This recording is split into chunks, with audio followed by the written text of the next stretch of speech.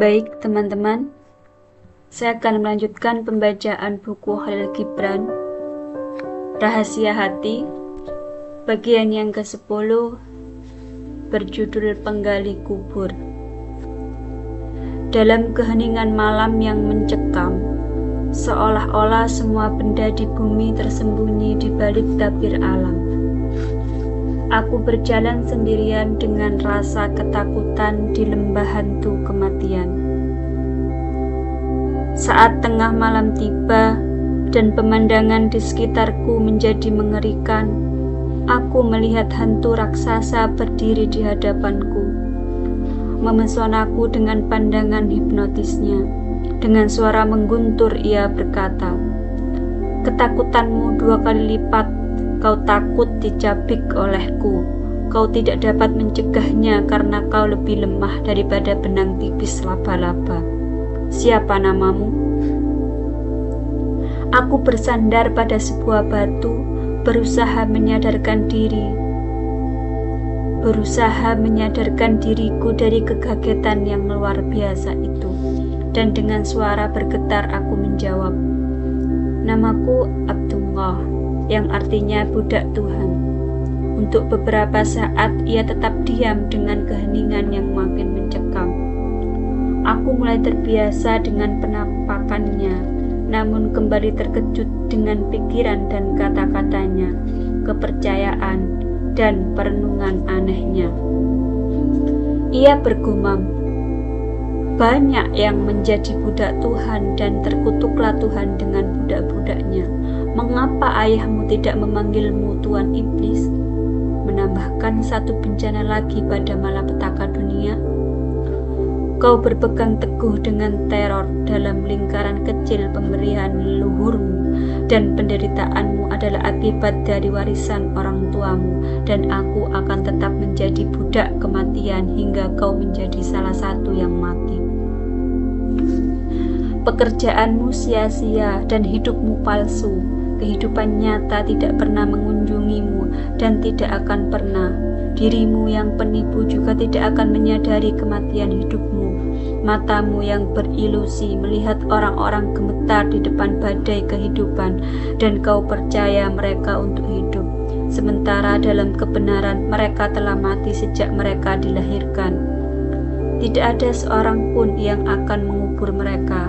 Dan satu pekerjaan baik untukmu adalah penggali kubur, sehingga kau dapat menyingkirkan mayat hidup yang pergi ke rumah, jalan, dan gereja." Aku memprotes. Aku tidak bisa melakukan pekerjaan semacam itu. Istri dan anak-anakku membutuhkan keberadaanku. Ia mendekat kepadaku, menunjukkan otot-ototnya yang menonjol, yang terlihat seperti akar pohon yang tua, diselimuti dengan kehidupan dan energi. Ia berkata, "Berikan pada masing-masing sebuah sekop dan ajarkan pada mereka bagaimana menggali kubur. Hidupmu tidak lain hanyalah kesengsaraan hitam yang tersembunyi di belakang plaster putih. Bergabunglah bersama kami karena kami para jin adalah satu-satunya pemilik kekayaan." Penggalian kubur memberi keuntungan positif yang akan menyebabkan musnahnya makhluk mati yang gemetar dalam badai dan tidak pernah berjalan beriringan dengannya. Ia berhenti dan lalu bertanya, "Apa agamamu?" Dengan berani aku menjawab, "Aku percaya pada Tuhan dan aku menghormati nabi-nabinya. Aku mencintai kebajikan dan aku memiliki keyakinan pada keabadian." Dengan penuh kebijaksanaan ia menjawab, "Kata-kata kosong itu diletakkan di bibir manusia oleh masa lalu dan bukan oleh pengetahuan. Dan sebenarnya kau hanya percaya pada dirimu sendiri dan kau menghormati dirimu sendiri dan kau hanya memiliki keyakinan pada keabadian harapanmu. Manusia telah memuja diri mereka sendiri sejak awal, menyebut diri itu dengan beberapa nama hingga sekarang. Ketika mereka menggunakan kata Tuhan untuk diriku, lalu raksasa itu tertawa keras. Dengan gema menggaung di seluruh lembah dan ia berkata, "Betapa anehnya mereka yang memuja diri mereka sendiri. keberadaan nyata mereka tidak lain hanyalah mayat duniawi. Ia berhenti dan aku merenungkan perkataannya dan memikirkan makna kata-kata itu. Ia memiliki pengetahuan yang lebih aneh dari kehidupan dan lebih mengerikan daripada kematian dan lebih dalam daripada kebenaran. Dengan takut aku bertanya, apakah kau memiliki agama atau Tuhan? Namaku adalah Tuhan Gila, ia berkata, dan aku lahir di semua masa, dan aku Tuhan diriku sendiri. Aku tidak bijaksana, karena kebijaksanaan adalah kualitas mereka yang lemah. Aku kuat, dan bumi bergerak di bawah langkah kakiku, dan ketika aku berhenti, prosesi bintang berhenti bersamaku.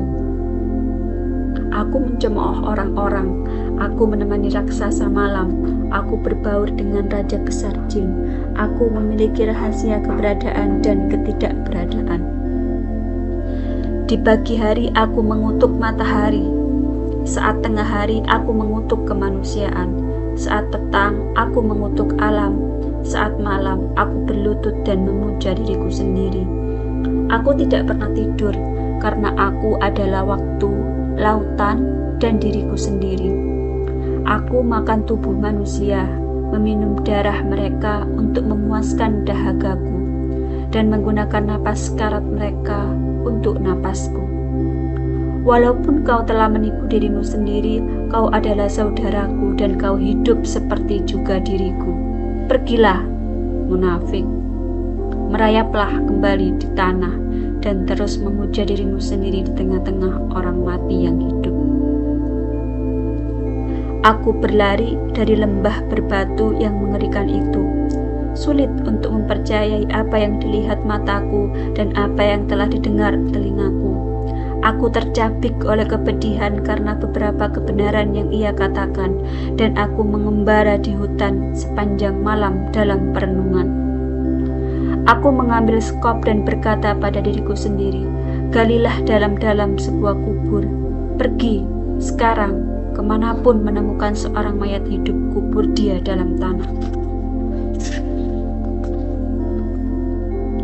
Sejak hari itu, aku telah menggali kubur dan menguburkan mayat hidup.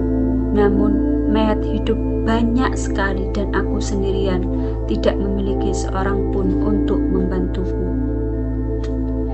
Tidak ada hukuman yang lebih menyedihkan daripada yang diderita oleh seorang wanita yang menemukan dirinya terpenjara antara seorang pria yang ia cintai dengan seorang pria lain